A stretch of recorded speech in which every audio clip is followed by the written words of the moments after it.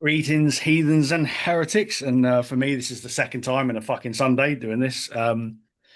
It's myself and the voice of reason. We haven't done a review of the two of us for a while, have we? So this will make a nice change. How are you, sir? Not too bad. I'm assuming you should be top of the world at the minute with the way Palace are ripping up the league. I'm furious now because we're third on the top of the world, Ah, thanks shit. thanks to Arsenal winning today. So yeah, Glasner out basically. Um, but yeah, there was a point today where I was thinking, well, hang on, if Arsenal lose today, we beat Everton next week, and Liverpool lose at Chelsea, we're top of the Premier League, and I Fucking hell, don't mate. know how I feel about that. So it's probably, to be honest, this is probably end times stuff. What is So it? 17 games unbeaten now, is it? Something like that? 18. All right, all right, all right. So Oh, enjoy it while it lasts. yeah, so I have my, as is usual, I've got my Palace pint glass, but I'm on the plum porters because it's autumn and it's grey, and I can actually drink this stuff without getting laughed at during the summer now. So, Well, cheers to that. Well, so this time round, then we're ditching the steel and the leather and the studs a little bit and all that lot, and we're talking synthwave. So the new Perturbator album, Age of Aquarius. Um, Now we talk about synthwave a fair bit on this podcast. I would say it's certainly sort of in the background and whatnot, but it's a while since we've done anything sort of dedicated to the genre. So we haven't really discussed it previously. We're both kind of coming into this without knowing what each other's going to think. So, sixth studio album, this, well established synthwave act now. James Kenton, he's been around a long time. So you're thinking hard now, aren't you? But this is what Google tells me. Sixth studio album. I think yeah, if you're not counting the new model album as an album, um, because it is a mini album, but it's still over half hour long, and it was a bit of a shift in direction. So Well, there you go then. We'll slightly um, disregard that and go with my initial statement. I think it's yeah 6 or 7, but I don't know. I mean, there's so much. It's got so much early material. I think Blood Music has still got a bloody archive somewhere, I'm sure. Well, I mean, obviously, Perturbator, you've got your big two when it comes to synthwave, Perturbator and Carpenter Brute. So I suppose it's on Nuclear Blast Records for a start. So it's on it's on a metal label, a legendary metal label. So that in itself is quite a big deal. So I suppose initial feelings towards the album on first listen. I think my first thoughts is it seems to be. I don't want to say a backward step because that always sounds negative, doesn't it? But what surprised me is that after the shifts of the previous albums, where he very much stepped away from the 80s synthwave thing, because I think Yeah, he's publicly said, I'm not into synthwave. Um, it's become a bit of a a cliche already, and this was several years ago when he was still doing that sort of sound. And of course, there is a lot that's generic and just yeah, of course. posts the sort of split up suns and neon and argon and testarosas everywhere all over their artwork. And he's made a conscious effort to step away from that with the last two albums, the mini album New Model and um 2021's Lustful Sacraments. Mm. The first being almost, it felt like a bit of an Aphex Twin vibe at times. And of course, the last album sort of almost veered into very much post-punk goth territory. Yeah. Um, this seems to be, it's hinting at both of those, certainly. Um, but I think he is almost going back to that sort of core synth stuff that he worked quite well with. Um, but it's sort of to a point where it sounds like he's sort of trying to do a lot of things and cover a lot of grounds at the same time. And I'm not sure if there's a clear identity, if I'm honest with you.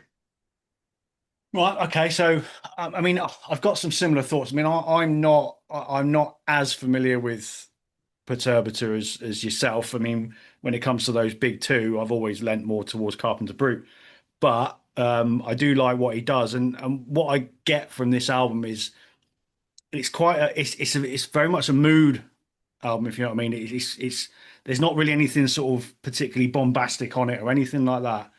I've found listening to it to be quite a a sort of a mellow and film noir experience kind of thing. Which, if that's what he's trying to achieve, then great.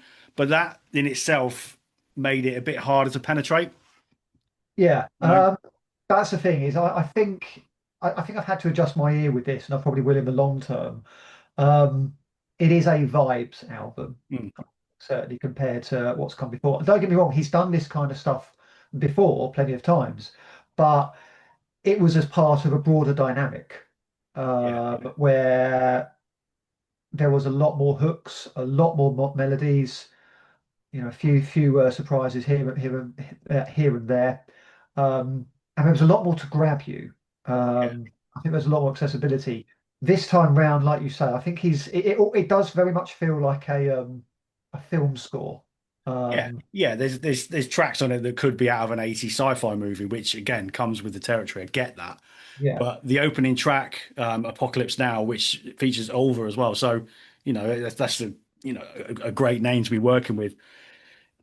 That does start the album in quite a dark, 80s sci-fi soundtrack. It's got a great chorus, and it's probably the most song-like, traditional sort of structured song-like yeah, track on the album.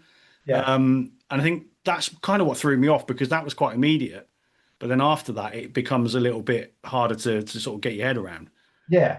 I mean that very much follows the last album quite well, I think, in terms of approach, because the last album did often feel like I don't want to say a rock album, but it didn't feel like a synthwave album Yeah, because of how we approached it. It felt like a almost a traditional sort of rock and pop album in some yeah. ways. And yeah, Verse, chorus. yeah, absolutely. And obviously Ulver, who's kind of infects the synthwave scene like a dead pustule, really. Um, Yeah, it's weird because I've never been able to get into Oliver's stuff, despite the fact that he does a lot of synthwave pop-ups for Canterbury and all sorts now. Um, and I like what he does in this scene, but yeah, his own stuff for some reason just never clicks, even though it probably should for me. Weird. It's challenging. Let's put it that Yeah, way. Yeah, yeah. So yeah, so looking at the track listing, just because I need to actually refer to something and not use this failing thing. It's when it kicks into lunacy and you think, oh, hang on, it's you got a know, bit more. old school, old school. But Yeah, again, it's not very hooky, and again, it feels like it's sort of trying to just sort of occupy this different zone where it's doing this exhilarating perturbator thing, but actually, it's yeah, it's atmosphere, it's a soundscape, it's a lot of times on this album, I'm thinking more like Tangerine Dream, but I mean old Tangerine Dream. yeah, Funny enough, not 80s Tangerine Dream, but did a lot of the film scores because a lot of that stuff was quite hooky in a way. If you think of the stuff they did for Near Dark or even Knight Rider, for Christ's sake, it's hooky. But if you think of stuff they did in the 70s, like Phaedra, that's the kind of zone we're talking for this, and it's quite disconcerting because I like hooks. You know, yeah. Don't we I, all? one thing that Neil Tennant of the Pet Shop Boys once said is that synth pop and heavy metal have got a big thing in common is that they're both centered around the hook, the Yeah, riff yeah. keyboard thing. And he's right, even though they're quite different things.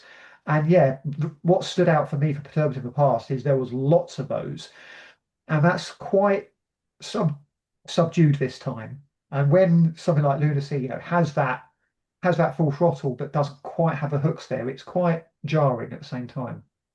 It would probably it would probably work in a club. I would say, industrial club, that kind of thing, where it's more about the doof doof doof doof doof because it's got that it's pacier.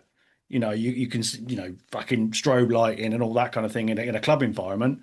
It would work, but again, not always wanted to refer back to the likes of Carpenter's Brute. Everything he does is a hook. Yeah. And but this is probably the intention with this album. He's obviously gone out to make something that is a little bit more soundscapey and a bit more moody. Because fuck it, he can do what he wants really. Oh, absolutely. Yeah. When there's And I only think one that's of you, it's easy to do that. yeah, and it's I think. yeah, we know obviously the synthwave thing isn't so much his thing. It feels more like a Darkwave album. Yeah, yeah. And I think I regret there's a lot of that field has never really um, it's not something I've become massively familiar with, even though a lot of their what they do is up our alleyway. The goth, the beats, the darkness and the intensity. It still remains a bit of a new thing for me. So that could be what it is. Is it feels a little bit alien in that regard. But I find I'm the same with you with the Darkwave thing. I've kind of dipped into some of that, and again, there is a lack of hooks to it because that's not what it's all about, is it? But that's not necessarily what I want from electronic music. I even go back to being obsessed with the Prodigy in the 90s. There were everything about the Prodigy was a hook, Yeah. and whether there was a guitar in there or whether it was a dance beat, whatever it was, it could be full on rave, like No Good Start the Dance, or then you've got Firestarter. It's a clear hook, and I don't know with this album, I've really enjoyed listening to it. Right, I've listened to it in different environments, like in the car, which it didn't really work, but just sat at home with my feet up, watching the football on mute kind of thing, and having it on in the background, it has really worked, and I've really enjoyed it. See, for me, I because I listen to a lot of music when I go for a walk in the morning or the Yeah, evening, so I can absorb it. Or I'm sitting down at home, but I've got to concentrate or I'm driving. Um, Obviously, with this, I've had to listen to it in a controlled environment just because of the advanced listening aspect on yeah. my phone. Um, and I found for me, maybe it's not worked quite as much. And I think because of how he's approached it, it's not an album to sit down and listen to actively. Um, I can see myself probably listening to this more when I work on my day job. Funny enough, Passive listening, isn't it? yeah, because when I work, I can't listen to metal. I can't listen to anything vocal or aggressive or anything like that. I work with a lot of spreadsheets and auditing stuff. So yeah, it's I need to I need to avoid involvement, but I do listen to a lot of scores, orchestral stuff, Yeah. synth. So yeah, obviously you've got your Vangelis and your John Carpenters and your Brad Fidels, all that kind of stuff, which obviously ties into this kind of field. And I feel this is kind of going to work more for that because I can see myself almost ignoring it, but absorbing it positively in the background. Um, and I don't know how I feel about that, basically. Um, But look, there are a couple of other highlights, and I think the Art of War is a great track for me. It's a bit more sort of 90s rave. Again, you can imagine in an industrial club. And I really like Venus as well, which has got Author and Punisher on it. So which is, having Author and Punisher on it, it's going to be more industrial. So it hits a bit harder. but that's it's a very slow one. I mean, that's almost like, you're on some kind of very sort of low level acid trip. Yeah, You but slow it has down. a punch because it just feels a little bit nastier, if that makes sense. Within the context of the album, it's a bit, I don't know, it feels a bit more like a slow murder, a bit of torture, that kind of thing. So I don't know, but those couple of tracks stood out. Hangover Square, which is a great title. Yeah, I mean, yeah, I mean, come on, That's yeah, like synth drone. That is that's the other end of the spectrum. So we can't say that it's a one-dimensional album. It does mix it up, but there is a particular mood that runs through the whole thing. yeah. And it's interesting because I think when he does, I think my favorite on the album is probably 12th House. Yeah. Um, but in some ways that's because that's more like old Perturbator. I mean, Mm. it's got a big old crescendo that repeats itself, and it feels like something that could have been on the Uncanny Valley. Um, and I think that maybe suggests where I'm at with him still. I think, yeah, I think it's at the very worst, it's a grower. I think for me, Yeah. uh, I think it will grow. I think it will grow. Yeah. it's a grow, but it's yeah. If it's something that if this is where he's at the moment, then cool. I can adjust my listening, but it's yeah, it's a bit of a surprise, and be interested to know what the rest of the fan base think. Do you think though it looks intentional just looking at the album cover because the album cover's all very dark and moody. It's all blues, a lot of different, like I said, different shades of blue. It kind of, And the album title, Age of Aquarius, it doesn't sound like something that's going to be dum, dum, dum all the time. Yeah. So it probably is an intentional direction he's going in, and it's fair play. But it kind of brings me back to a conversation we've had before about the why metalheads resonate to synth music in general. And like I said, this is on Nuclear Blast Records. So what is it about this music that for us it's a bit there's the nostalgia element, which is a big part of it for us. The age we're at, we grew up as little small children in the 80s. A lot of this music was around us. So that's part of it. But for metalheads in general, synthwave acts they play metal festivals left, right, and center. So what is it? I think, I mean, I've said in the past, metalheads have a very diverse taste in music. That's true. We've got to, because we've got to be very open-minded to listen to some of the, stuff we listen to, quite frankly. Yeah, that's true. So yeah, when people say, "Oh, you listen to crap," it's like, well, no, that's crap. The rest we listen to a lot more than you might think. It's just we infuse about this stuff because it is very passionate music.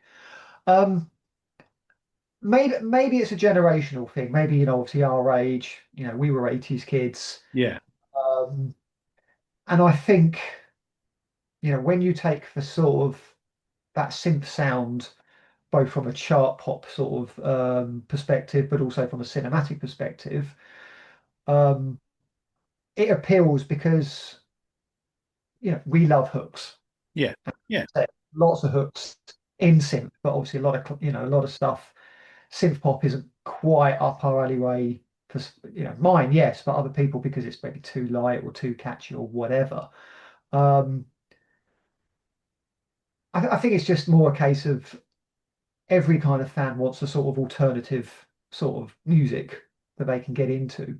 And the reason I think I listened to a lot of synthwave throughout the tens and didn't listen to much metal is it had the same intensity for yeah, me, had the same rush, had that same like, oh, this is good. There was a lot of stank face.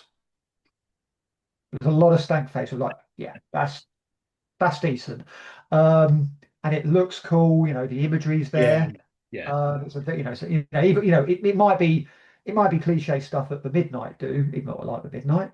Or it could have been the Dark Synth stuff that the Perturbators does. Dance for Dead takes the zombie stuff, and I think that's just kind of what it is. Really, is there's the hooks. It's just done differently, but you've got the imagery.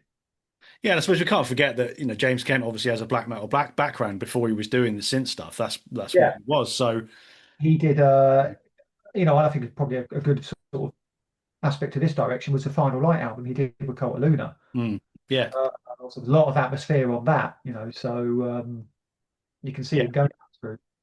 I think the way we look at this album is you're right. It's probably not one that's gonna grab you in a week after a few lessons. It's going to be one you sort of stick with, and things will probably come to light a little bit more. I mean, we've had what probably 10 days with it, so I think over time it will. Like I said, I've enjoyed listening to it. There's not at no point in this album have I kind of skipped a track or anything like that. I've enjoyed listening to it as a whole.